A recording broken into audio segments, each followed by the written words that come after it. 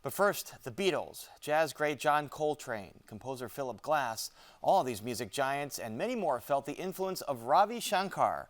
Chicago Tonight toured a pandemic-delayed exhibition about the sitar virtuoso, and we met one person who knew Shankar in Chicago and a musician who studied with him in India. Producer Mark Vitale has more on the enduring appeal of a world music superstar.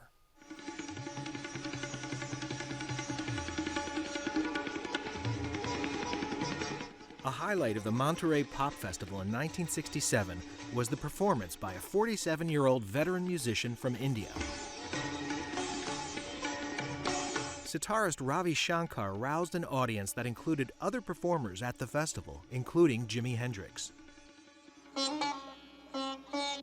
Shankar famously tutored the Beatles' George Harrison, who played the sitar on Norwegian Wood and other songs.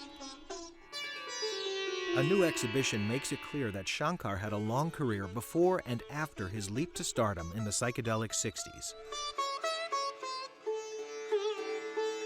We met a former student. I come from a very small town called Allahabad in India. I happened to meet him in person in the 80s, and in mid-80s he accepted me as his disciple. And I stayed with him for 7 years.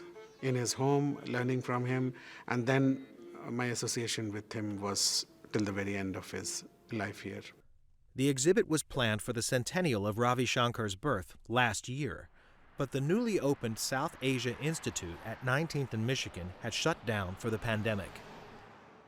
We met the founders of the institute, a husband and wife team, collectors who've retired from their long careers in medicine. You know, South Asians in this country are several million now. But there's very little about our culture and our heritage that we've communicated to the general public on a larger scale. Much of the show comes from the collection of one person, a music promoter who got to know Shankar. Every time I talked to Ravi about Chicago, he had just dear connection to Chicago. It was one of the first places he played in the United States. He played at the Chicago Symphony Center when he was 13 years old in 1933. With his older brother's dance troupe, and he played there his entire life up until he passed in 2012. Yes, this master of rhythm and improvisation started as a dancer.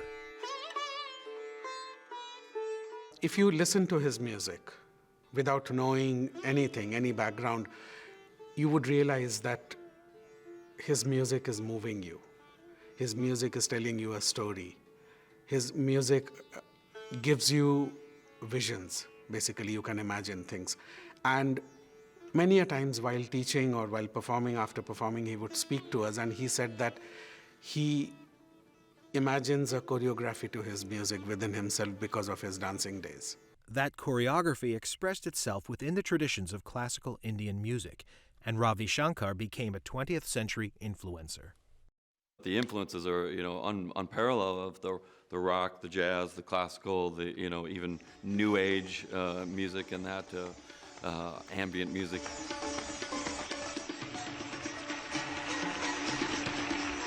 We feel very strongly about building bridges within the community, but also with the general humanity around us. And we find that he was doing this decades ago through his music. For Chicago Tonight, this is Mark Vitale.